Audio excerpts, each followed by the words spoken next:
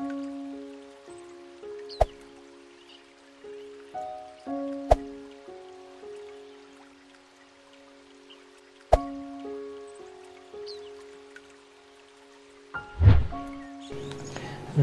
दोस्तों, मैं Ankit Kumar the knowledge world के एक और नई वीडियो में आप सभी का हार्दिक स्वागत करता हूं।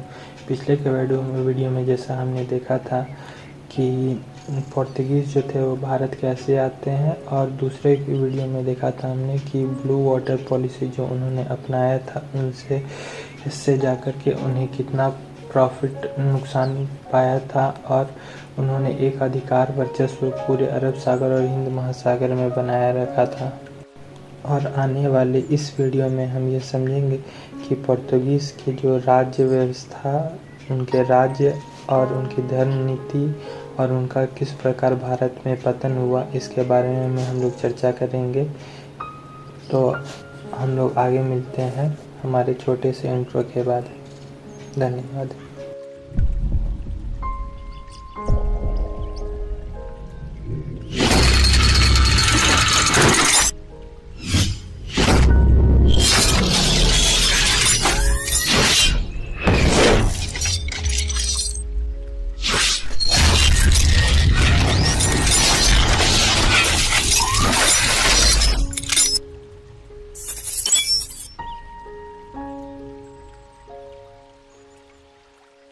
एक बार फिर से आप सभी का हार्दिक स्वागत है। अब हम लोग समझेंगे कि उन्होंने अपने राज्य का विस्तार भारत में किस प्रकार किया था। अल्फोंसो डी अल्बुकर्क, जो दूसरे पुर्तगाल के भारत में राज्यपाल के रूप में किए जाते हैं, उन्होंने पर्शियन गल्फ और रेड सी पर नियंत्रण रखा तथा headquarter eastern coast of India में बनाया, और साथ ही साथ जो अरब ट्रेड चल रहा था उन्होंने उसे नष्ट कर दिया था पूरी तरह से।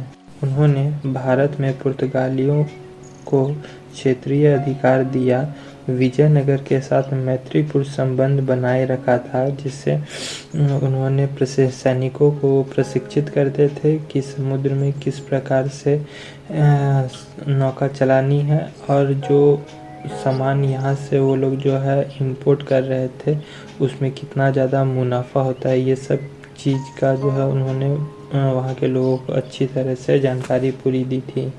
पुर्तगाल में जनशक्ति की कमी को दूर करने के लिए उन्होंने पुर्तगाल के बासिन वाले निम्न वर्ग के लोगों को भारतीय महिलाओं से शादी करने के लिए प्रोत्साहित किया था। 1535 में नीनो द चुन्हा और बासिन पर अधिकार मिल जाता है गुजरात के बहादुर शाह की ओर से। 1571 ईस्वी में पुर्तगाल के एशियाई साम्राज्य जो था उसको 3 कमांडर में विभाजित कर दिया जाता है। सबसे पहले आते हैं मोजाम्बिक के राज्यपाल। उनको अफ्रीका के तट पर जो भी बस्तियां बसी हुई रहती है उस पर नियंत्रण करने का काम दिया जाता है। दूसरे आते हैं गवर्नर ऑफ गोवा, जो भारत और फारसी क्षेत्र में एरिया उन लोग का जो पड़ता था उन पर नियंत्रण रखने का कार्यभार दिया जाता है। और तीसरे रहते हैं मलक्का के गवर्नर, जिनको जावा और स्पाइस द्वीप समूह पर व्यापार पर नियंत्रण रखने का कार्यभार सौंपा जाता है। पोर्तुगीज़ तंबाकू की खेती जो भारत में की जाती है उससे काफ़ी ज़्यादा इंस्पायर होते हैं, और यह तरीका वो अपनाते भी हैं। फर्स्ट प्रिंटिंग प्रेस को गोवा में सेटअप किया जाता है 1556 में, और उसमें जो किताब छपती है उसका नाम था scientific work on Indian medicinal plant, जो एक यूरोपियन राइटर थे उन्होंने इसे लिखा था। का नाम गार्सिका द ओर्थ था। 1563 में यह किताब छपी थी। फ्रांसिसो जेवियर, जो कि एक फेमस संत गुरु हुआ करते थे, वो मार्टिन अल्फोंसो डिसूजा के कार्यकाल में आते हैं और क्रिश्चियनिटी ईसाई धर्म का प्रचार प्रसार करते हैं पूरे भारत और एशिया में। मालाबार तट और कोरोमंडल तट पर जो मछुआरे रहते थे उनको वो ईसाई धर्म में परिवर्तित कराए थे। फ्रांसिसो जेवियर जो फेमस संत थे उन्होंने ही ये काम को किया था। पुर्तगाली जो थे पोर्तुगीज़ वो अपने व्यापारिक ब्रांच और स्टेशन जो था वो कालीकोट, कोचीन, कैनोर द्वीप, सल्सेट, चाउल, बॉम्बे, सन थॉमस जो कि मद्रास के निकट था और बंगाल में हुगली तक स्थापित किया था। शुरुआत में पुर्तगालियों की जो राजधानी थी भारत में वो कोचीन थी, लेकिन कुछ समय के बाद उन्होंने उसे बदलकर गोवा में कर दिया था। 1661 में किंग ऑफ पुर्तगाल जो थे वो बॉम्बे को दहेज में दे देते हैं। किंग इंग्लैंड के चार्ल्स को दिया था, दहेज के रूप में उन्होंने उसे दे देते हैं। तो आइए अब हम चर्चा करते हैं हम लोग कि पोर्तुगीज़ की राज्य व्यवस्था किस प्रकार थी। पोर्तुगीज़ के सबसे ऊंचे पोस्ट को वाइसराय बोला जाता था और जो उत्तरी अफ्रीका के जो मूर लोग थे वो पुर्तगालियों के दुश्मन हुआ करते थे और जो अरब के लोग थे वो तो काफ़ी समय से लोग को परेशान कर ही रहे थे और वो अब अपने ईस्ट की ओर मतलब कि भारत की ओर बढ़ रहे थे और चूँकि वो लोग कमज़ोर थे लेकिन भारत की ओर बढ़ रहे थे और पोर्तुगीज़ जो थे उस समय काफ़ी ज़्यादा पावर में थे और वो लोग तो ईसाई धर्म को अपनाए हुए थे। तो वो लोग चाहते थे कि ये जो अरब से लोग आ रहे हैं वो ईसाई धर्म को अपना ले और जो अरब के जो लोग थे वो इस्लाम धर्म को किसी भी सूरत पे छोड़ना चाहते नहीं थे। तो अक्सर जैसा देखा जाता है कि जो ताकतवर आदमी रहता है वो कमज़ोर आदमी को दबाता है, तो यहाँ पे भी वही चीज़ हुआ और जो वहाँ के ईसाई लोग थे वो लोग जो है काफ़ी मुस्लिमों को वहाँ पे परेशान करते हैं। पोर्तुगीज़ जो थे वो मुसलमानों से घृणा करते थे और हिंदुओं से काफ़ी प्रेम करते थे, पर हिंदुओं से जो उनका प्रेम था वो भी एक तरह का दिखावा था, क्योंकि जब गोवा अधिग्रहण वो लोग साइन कर देते हैं उसके बाद वो अपना असली चेहरा दिखाते हैं और जैसे वो लोग मुस्लिम के साथ घृणा करते थे और अब वो हिंदुओं से भी घृणा करने लगते हैं और हिंदू लोग को भी जो है परेशान करते हैं कि वो आप हमारा धर्म ईसाई धर्म को अपनाएं और मुस्लिमों को भी वो कहते थे और परेशान करते थे कि आप भी हमारा इस्लाम धर्म से कन्वर्ट होकर के आप ईसाई धर्म में आ जाइए। पोर्तुगीज़ का इतना अत्याचार करने के बावजूद भी स्वीटस की इमेज या तस्वीर जो थी वो अकबर के दरबार में काफ़ी ज़्यादा अच्छी थी, जिसका मुख्य कारण था कि अकबर जो था वो धर्मशास्त्र में काफ़ी ज़्यादा रुचि रखते थे। जेसूटे की इसी अच्छाई को देखते हुए अकबर 1579 में इनविटेशन देता है कि आप आइए। गोवा के अधिकारियों को ये पत्र लिखा जाता है। जब ये बात जेसूटे और वहाँ की संस्था को यह बात पता चलती है कि राजा अकबर जो है वो हमें इनवाइट कर रहे हैं अपने राज दरबार में, तो वो सोचते हैं कि ये काफ़ी ज़्यादा अच्छा मौका है जिससे राजा और वहाँ के जितने भी दरबारी हैं, दरबारी मतलब वहाँ के जितने भी उनके मिनिस्टर और सेना में लोग होते थे उन सभी को जो है ईसाई धर्म में परिवर्तित कर देंगे। इस काम के लिए 3 व्यक्तियों को नियुक्त किया जाता है, जिन 3 व्यक्तियों का नाम इस काम के लिए चुना गया था उनके नाम थे जेसूटे जो कि फादर थे, फादर मतलब पुजारी को कहा जाता है। दूसरे थे रेडोल एक्वाविवा और तीसरे थे एंटोनियो मोनोसरेट। 28 फरवरी 1580 को वो वहाँ पे पहुँचे थे और राजा अकबर ने उनका काफ़ी अच्छे से वहाँ पे स्वागत किया था। जो कि जगह का नाम था फतेहपुर सीकरी। काफ़ी उम्मीद के साथ ये तीनों वहाँ जाते तो हैं, पर इन्हें कोई भी लाभ प्राप्त नहीं होती है और 1583 में वे वापस आ जाते हैं। फिर राजा अकबर ने उन्हें आमंत्रित किया था 1590 में, और फिर 1592 में ये दोबारा खाली हाथ वहाँ से वापस आ जाते हैं बिना किसी सफलता के साथ में। फिर तीसरी बार उन्होंने सम्राट अकबर ने 1595 में एक बार फिर से आमंत्रित करते हैं उनके दरबार में कि आप लोग हमारे दरबार में आइए, हम लोग कुछ इस बात पे चर्चा करेंगे, धर्म पे चर्चा करेंगे, क्योंकि अकबर जो थे वो धर्म में काफ़ी ज़्यादा रुचि रखते थे।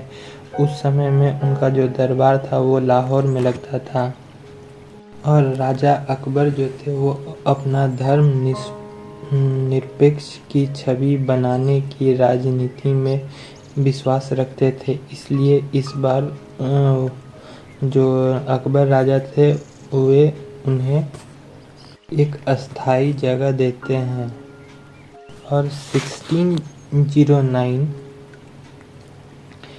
जो प्रिंस सलीम थे, सलीम अकबर के बेटे थे, वे काफ़ी ज़्यादा इनसे इंस्पायर थे, काफ़ी ज़्यादा प्रभावित थे क्रिश्चियनिटी ईसाई धर्म को लेकर के, और इन पे वो काफ़ी ज़्यादा विश्वास करते थे, जिस कारण से उन्होंने एक चर्च का भी निर्माण कराया था 1606 में। पर पता नहीं किन्हीं कारणों से जो वहाँ के जो वाइसरॉय थे पुर्तगाल के, उनके बीच में अहंकार आ गया था, और इसी अहंकार के कारण जो है मुग़ल सम्राट और वहाँ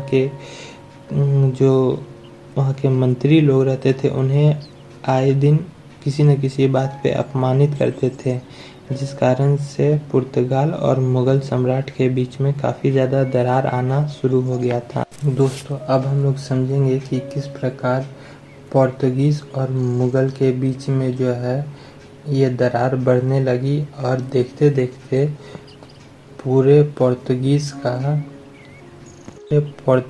का भारत से डिक्लाइनिंग शुरू हो जाता है, और एक समय ऐसा आता है कि पुर्तगाल का नामो निशान ख़त्म के कगार पे आ जाता है भारत में। आइए उन कारणों के बारे में हम लोग चर्चा करते हैं। तो आइए सबसे पहला कारण क्या था उसके बारे में हम लोग चर्चा करते हैं।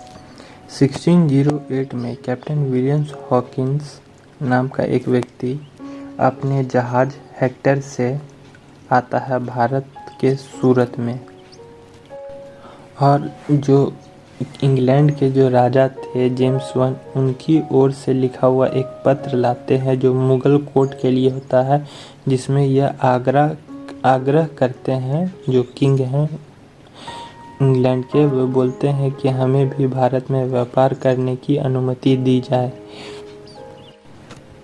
लेकिन जब कैप्टन विलियम हॉकिंस जब भारत उतरते हैं तो वो पुर्तगालियों के साथ में ही रहते हैं, और पेनहीरो और पुर्तगाल के जो अधिकारी होते हैं वे मिल करके एक साजिश करते हैं कि किसी भी तरह से जो कैप्टन विलियम हॉकिंस आए हैं उनको किसी भी तरह से रोक दिया जाए, ताकि वो जहांगीर के कोर्ट तक पहुँचे ही ना।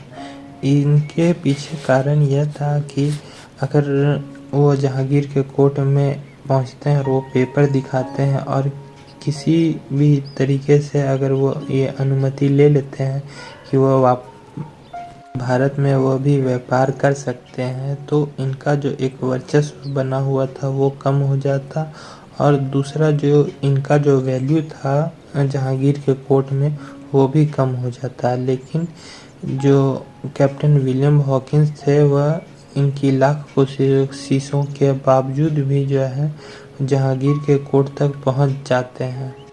कैप्टन विलियम हॉकिंस जो रहते हैं वो तुर्की भाषा के काफ़ी ज़्यादा अच्छे ज्ञाता रहते हैं, और बिना किसी इंटरप्रेटर के वो राजा से तुर्की भाषा में ही बहुत अच्छी तरीके से बात करते हैं और अपनी बातों को समझाते हैं, और उनके लिए एक नायाब तोहफा भी लाते हैं जिससे जो जहांगीर रहते हैं वो काफ़ी ज़्यादा खुश होकर के उनके इस तोहफ़ा को स्वीकार करते हैं और भारत में व्यापार करने की अनुमति भी दे देते हैं। और जहांगीर जो है वो रहते हैं वो कैप्टन विलियम हॉकिंस को 30,000 रुपये के वेतन पे अपने दरबार में रख लेते हैं। और कैप्टन विलियम हॉकिंस की शादी मुबारक शाह की बेटी आर्मीनिया से, जो कि एक ईसाई रहती है, उनसे करवा दी जाती है। इन सभी घटनाओं से जो पोर्तुगीज़ रहते हैं वे खुश नहीं दिखते हैं इस शादी से और अपने आप को मुगल तख्त से काफ़ी दूर मान लेते हैं। और जो कैप्टन विलियम्स हॉकिंस रहते हैं वे इनके काफ़ी ज़्यादा करीब हो जाते हैं। और पोर्तुगीज़ जो रहते हैं अपने इसी गुस्से और क्रोध के कारण जो मुगल के जो जहाज होते हैं और मुस्लिम लोग जो उस जहाज को चलाते हैं उसे वो कैद करना शुरू कर देते हैं सन 1613 में, जिसका परिणाम यह होता है कि जहांगीर जो है वो भी क्रोधित हो जाते हैं और मुबारक खान जो रहते हैं उसको सूरत का प्रभारी बना देते हैं और मुआवजे का भी ऐलान कर देते हैं कि पोर्तुगीज़ को किसी भी परिस्थिति में ये मुआवजे की रकम देनी ही होगी। अब हम लोग ये जानेंगे कि हुगली पर वो लोग कैसे, पुर्तगाली जो थे वो किस प्रकार से कब्जा करते हैं और किस प्रकार से पोर्तुगीज़ का जो है भारत में पतन शुरू हो जाता है। पहला कारण तो था जो मुगल जहाज और मुस्लिम लोग को जो कैद कर लिए थे, जिससे जहांगीर इनसे काफ़ी ज़्यादा गुस्से में थे। ये तो एक कारण था ही। और दूसरा क्या कारण था कि 1579 में हुगली नदी के पास ये लोग अपना बस्ती बसाने में कामयाब हो जाते हैं और उसी समय से ये लोग वहाँ पे अपना रहने लगते हैं, फैक्ट्री भी अपना चलाने लगते हैं 1579 में। और वहाँ पे जो है अब तंबाकू का जो शुल्क है वो भी काफ़ी ज़्यादा बढ़ा देते हैं और उनका सख्ती से पालन भी करने लगते हैं।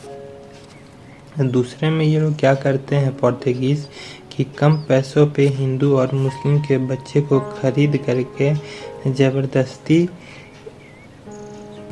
ईसाई धर्म में परिवर्तित कराते हैं। और सबसे ज़्यादा गलत काम ये लोग क्या करते हैं कि मुमताज़ महल की जितनी भी दासियाँ होती हैं उनको भी ये लोग जब्त कर देते हैं। इन सभी कारणों से, पुर्तगालियों के इन सभी कारणों से जहांगीर जो है वो काफ़ी ज़्यादा क्रोधित हो जाते हैं, काफ़ी ज़्यादा गुस्सा हो जाते हैं कि एक तो हमने इन्हें व्यापार करने के लिए अपना भूमि दिया और ये अब हम ही पे जो है शासन करना चाहते हैं। तो इसके परिणाम में होता क्या है कि वो जो है हुगली नदी के पास घेराबंदी शुरू कर देते हैं और 3 महीना के अंदर में वो जगह को जो है ये लोग खाली करा लेते हैं मुग़ल। लेकिन उसमें होता क्या है कि 1000 मुग़ल मारे जाते हैं, लेकिन 400 सैनिक जो पोर्तुगीज़ रहते हैं उन्हें ये कैद कर लेते हैं और ये आगरा लेते आते हैं उन 400 सैनिक को और उनको 2 में से किसी एक चीज़ को चुनने का प्रस्ताव देते हैं। पहला तो ये था कि वो सभी इस्लाम धर्म को कबूल कर लें और इस्लाम में परिवर्तित हो जाएं, और दूसरा था कि वो गुलाम बना करके ही मार दिए जाएं। लेकिन जो 400 सैनिक थे वो इस्लाम धर्म नहीं अपनाते हैं और कुछ समय के बाद उनको मार दिया जाता है। तो दोस्तों, हमने देखा कि किस प्रकार से पोर्तुगीज़ जो यहाँ पे भारत पे आए थे एक व्यापारी के रूप में मसाले की खोज में, और अब जो है वो किस प्रकार से यहाँ से उनको जाना पड़ रहा है। ऐसा अक्सर देखा गया है कि जब भी लोगों का लालच ज़रूरत से ज़्यादा अधिक बढ़ जाता है तो वो अपनी जितनी भी शक्ति रहती है वो सब खो करके ही जाना पड़ता है इस जगह से। कुछ भी चीज़ यहाँ पे परमानेंट नहीं रह सकता है। तो आइए, हम लोगों ने इस पोर्तुगीज़ के आने का इतना अच्छा से अध्ययन किया है। आगे आने वाले चैप्टर में हम लोग कुछ और बातों के बारे में अध्ययन करेंगे। धन्यवाद। Tell me pretty lies, look me in the face, tell me that you love me, even if it's